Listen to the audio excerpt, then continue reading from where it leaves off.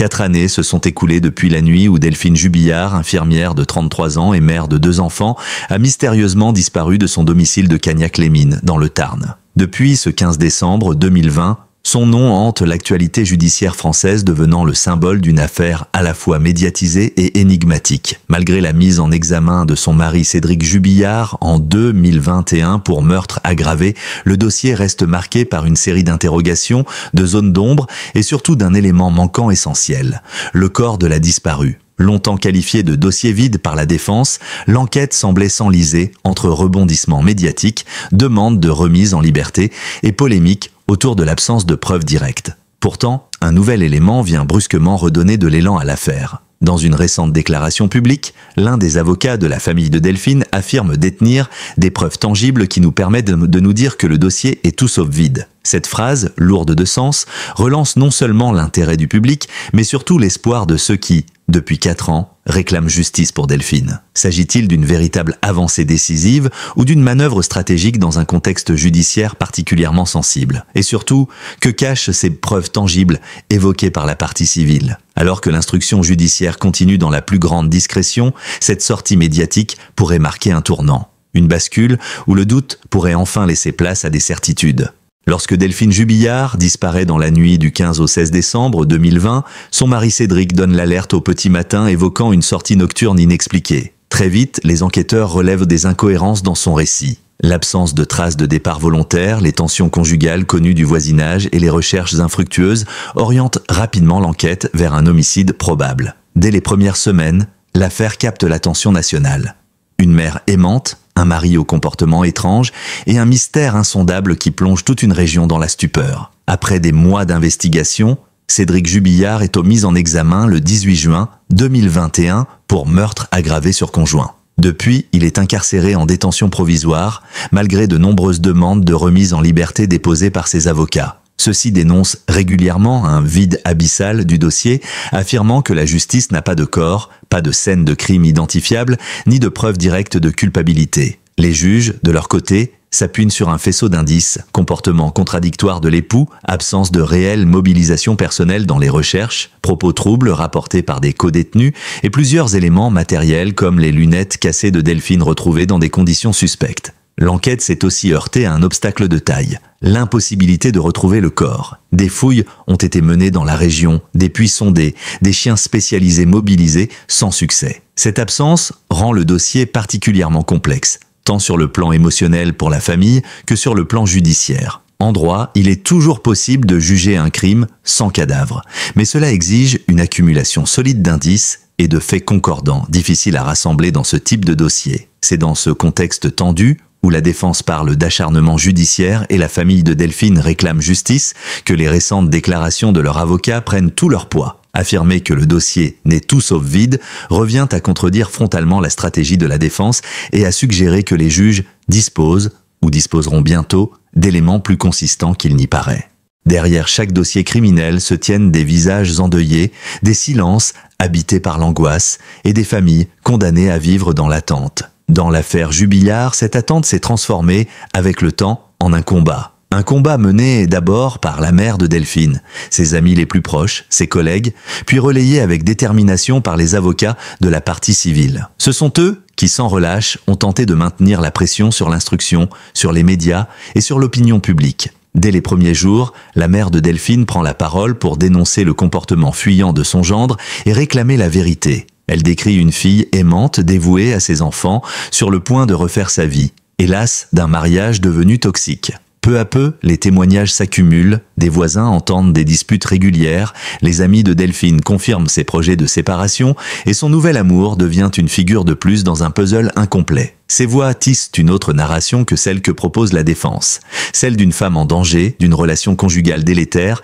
et d'un point de non-retour. Les avocats de la famille, notamment me Philippe Pressec et me Jean-Baptiste Allary, ont su incarner cette détermination. Dans les médias, ils ont longtemps observé une certaine prudence. Mais depuis plusieurs mois, leur discours s'affirme. Ils contestent l'idée d'un dossier vide et affirment que l'instruction avance dans l'ombre. La déclaration récente, on a des preuves tangibles, marque un basculement dans cette stratégie. Il ne s'agit plus simplement de soutenir une cause morale, mais bien d'annoncer un éventuel rebond judiciaire. Pour les proches, cette parole publique est aussi un exutoire. Elle permet d'exister dans un espace où l'incertitude est reine, où les jours passent sans réponse. Elle sert aussi à mobiliser une opinion publique souvent lasse, des affaires à rallonge. C'est un appel à ne pas oublier Delphine, à continuer d'y croire, à maintenir l'espoir que la justice soit un jour rendue. Mais ce combat émotionnel, médiatique et juridique n'est pas sans risque. Il nourrit des attentes, parfois déçues. Il place la famille dans un rôle d'acteur exposé, sujet à la critique ou aux fausses pistes. Il oblige enfin à tenir bon,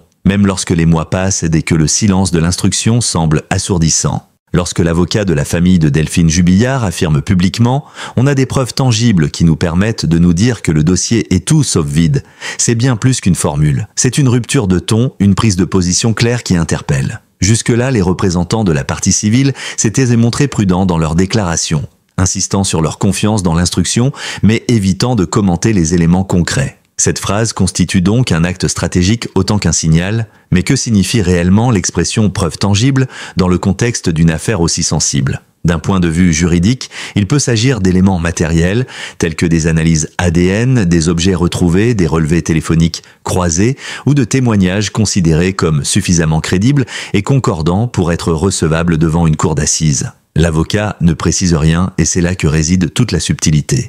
Dire sans dire, suggérer sans dévoiler, afin de renforcer l'idée que l'enquête avance sans en compromettre le secret. Cette déclaration peut aussi s'analyser comme une réponse directe à la défense de Cédric Jubillard, qui n'a cessé de marteler, au fil des mois, que l'instruction reposait sur du sable. Selon ses avocats, rien ne prouve l'implication de leur client, aucune preuve scientifique ne permettrait de l'incriminer, et les témoignages des codétenus seraient instables et invérifiables. Affirmer aujourd'hui qu'il existe des preuves tangibles revient à disqualifier ce discours et à envoyer un message au juge.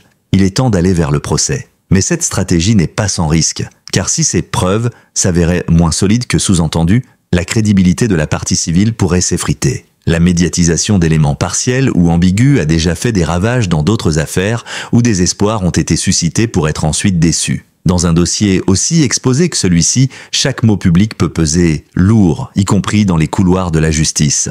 Il est également possible que cette déclaration s'inscrive dans une volonté de préparer l'opinion en vue d'un procès à venir. Les avocats le savent. L'affaire sera médiatique, scrutée à la loupe, et la perception du public jouera un rôle essentiel. Dans cette optique, affirmer dès maintenant qu'il existe des preuves solides permet d'installer un climat de confiance autour de la future procédure. Reste une inconnue majeure, ces preuves tangibles seront-elles suffisantes pour faire condamner Cédric Jubillard ? Ou bien s'inscrivent-elles dans une logique d'accumulation où chaque pièce, prise isolément, est fragile, mais où l'ensemble finirait par convaincre un jury ? Cette déclaration pourrait être la première étape vers une reconfiguration complète du dossier. Un avertissement adressé à ceux qui pensaient que l'affaire était vouée à l'oubli judiciaire. Depuis l'ouverture de l'enquête, le dossier Jubillard se caractérise par une alternance d'éléments troublants et de zones d'ombre béantes. L'instruction, menée dans la discrétion propre aux affaires criminelles sensibles, a néanmoins laissé filtrer quelques pièces à travers les médias, souvent par le biais de fuites ou de synthèses judiciaires. Ces fragments d'informations forment aujourd'hui une mosaïque incomplète, parfois contradictoire, qui alimente à la fois la conviction de certains et le scepticisme des autres. Parmi les éléments les plus évoqués figure la découverte des lunettes cassées de Delphine. Selon les enquêteurs, ces lunettes, retrouvées dans le salon, présenteraient une casse jugée incompatible avec un usage quotidien. L'expertise conclut à une cassure volontaire, potentiellement survenue lors d'une altercation.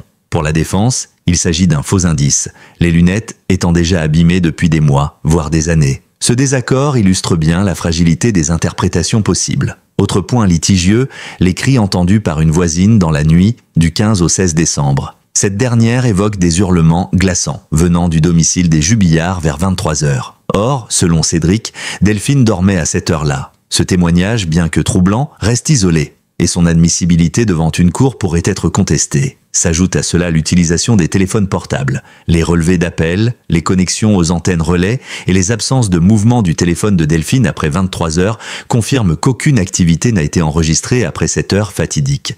Mais là encore, ces données ne désignent pas formellement un coupable. Elles dessinent des hypothèses, rien de plus. Enfin, des codétenus de Cédric Jubillard ont affirmé que ce dernier leur aurait confié, dans l'intimité de la détention, des aveux plus ou moins clairs. L'un affirme que Cédric aurait mimé l'étranglement, un autre parle de confidences ambiguës. Problème, ces témoignages viennent de personnes incarcérées, parfois en quête d'aménagement de peine ou de considération judiciaire. Leur parole est donc scrutée avec extrême prudence. Mais ce que l'on ignore reste immense. Le lieu où pourrait se trouver le corps de Delphine demeure inconnu, malgré des fouilles intensives dans un périmètre défini autour du domicile conjugal. Le mobile précis reste également flou. Crise de jalousie, dispute conjugale ayant mal tourné, perte de contrôle, rien n'est clairement établi et surtout, aucun élément scientifique irréfutable, ADN, sang, empreinte, n'a été rendu public à ce jour. Dans ce flou, chacun semble tirer sa propre vérité. Pour la défense, cette absence d'éléments matériels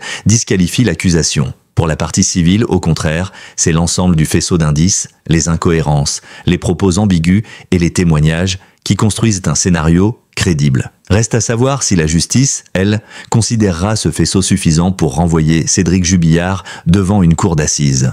Au-delà du destin tragique de Delphine Jubillard et des rebondissements judiciaires, l'affaire s'inscrit dans une réalité plus large. Celle de la manière dont la justice française appréhende les violences conjugales et les féminicides. Depuis plusieurs années, l'opinion publique se montre de plus en plus sensible à ces drames souvent silencieux, et les institutions judiciaires sont sous pression pour agir plus vite, plus fermement, face aux signes avant-coureurs. Delphine n'était pas inconnue des services sociaux, ni totalement isolée. Elle avait confié à ses amis et collègues son envie de quitter Cédric, ses espoirs de reconstruction avec un nouvel homme et les tensions de plus en plus pesantes dans son foyer. Elle semblait prendre conscience que la situation conjugale devenait toxique. Mais comme dans tant d'autres cas, ces signaux n'ont pas suffi à déclencher une protection suffisante. Et lorsque la disparition survient, le soupçon se tourne immédiatement vers le compagnon, dans un schéma désormais tristement familier. L'affaire Jubillard a cristallisé une prise de conscience collective, celle de l'impuissance institutionnelle à prévenir certains drames malgré les alertes.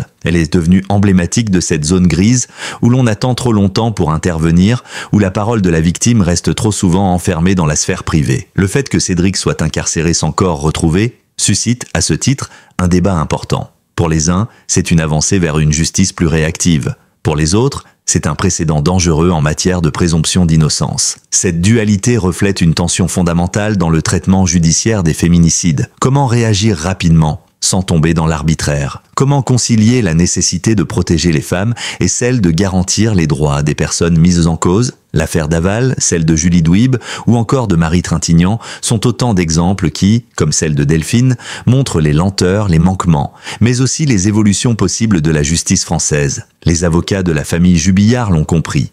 Médiatiser l'affaire, c'est aussi forcer le débat public à s'emparer de ces questions. Leur déclaration sur les preuves tangibles dépasse le simple cadre procédural. Elle s'inscrit dans une volonté de montrer que cette affaire n'est pas qu'un fait divers. Elle est un symptôme, un miroir de notre société, et un cri de plus dans le combat contre les violences faites aux femmes. La déclaration de l'avocat de la famille de Delphine Jubillard affirmant la présence de preuves tangibles ne constitue pas un simple effet d'annonce. Elle pourrait bien infléchir l'évolution du dossier, tant sur le plan judiciaire que stratégique. Dans une affaire marquée par l'incertitude et l'absence de preuves irréfutables, ce type de prise de parole publique agit comme un révélateur. Il réoriente le regard, réactive les interrogations et prépare peut-être le terrain pour des décisions majeures. D'abord, cette déclaration pourrait influencer le rythme de l'instruction. Jusqu'à présent, l'enquête semblait enlisée, incapable d'apporter la démonstration matérielle d'un homicide. Si de nouveaux éléments probants existent, objets retrouvés, expertise renforcée, témoignages fiables, les juges d'instruction pourraient considérer que la phase d'enquête est suffisamment aboutie pour passer à l'étape suivante, le renvoi de Cédric Jubillard devant une cour d'assises. Dans ce cas, le procès pourrait se tenir dans les mois à venir, mettant enfin un terme à cette longue attente judiciaire. Ensuite, cette affirmation a un effet direct sur les positions des parties. Pour la défense, c'est une menace claire. Si ces preuves existent, la stratégie basée sur le manque d'éléments concrets devient plus fragile. Cela pourrait les pousser à revoir leur ligne de communication, voire à anticiper la confrontation devant un jury populaire. En réponse, on pourrait aussi assister à une contre-offensive médiatique, comme cela a déjà été le cas lors des demandes de remise en liberté. Les avocats de Cédric tenteront probablement de discréditer ces preuves en les qualifiant de spéculatives, mal interprétées ou non recevables juridiquement. Par ailleurs, cette déclaration prépare psychologiquement l'opinion publique à un futur procès. Dans les grandes affaires médiatiques,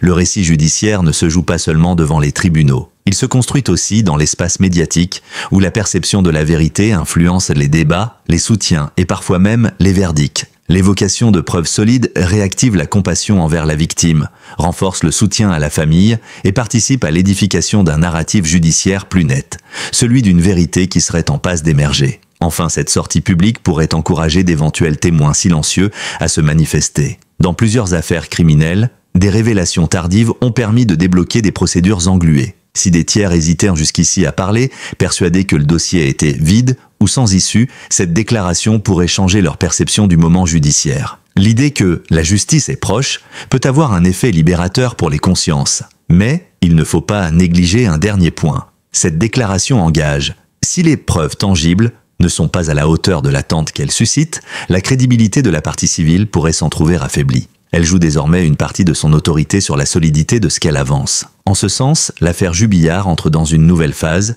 celle où chaque mot prononcé en public devient une pierre ajoutée ou retirée à l'édifice de la vérité. 4 ans après la disparition de Delphine Jubillard, l'espoir d'un éclaircissement judiciaire semble ravivé. En affirmant publiquement détenir des preuves tangibles, l'avocat de la famille y relance une dynamique nouvelle, à la fois médiatique et procédurale. Ce n'est plus seulement l'attente qui domine, mais l'idée que la vérité est peut-être à portée de main. Pour les proches, cette déclaration est une étincelle dans la nuit, un pas vers la reconnaissance, vers la justice, vers le deuil. Mais elle pose aussi une exigence, que les mots soient à la hauteur des faits. Dans cette affaire, plus que jamais, chaque avancée devra être scrutée, vérifiée, confirmée. Car au bout du chemin, il ne s'agit pas simplement de désigner un coupable, mais de redonner un nom, un corps, une histoire à celle que la nuit a emportée. Merci d'avoir regardé cette vidéo jusqu'au bout. Si vous avez été interpellé par cette affaire aussi complexe que bouleversante, n'hésitez pas à partager vos impressions en commentaire. Votre avis nous intéresse et enrichit le débat. Pensez également à vous abonner à notre chaîne pour ne rien manquer des prochaines analyses et révélations à venir. Un simple clic sur s'abonner nous aide énormément à continuer ce travail d'enquête et de décryptage. Activez la cloche pour être averti dès qu'une nouvelle vidéo est en ligne. À très bientôt pour d'autres contenus exclusifs.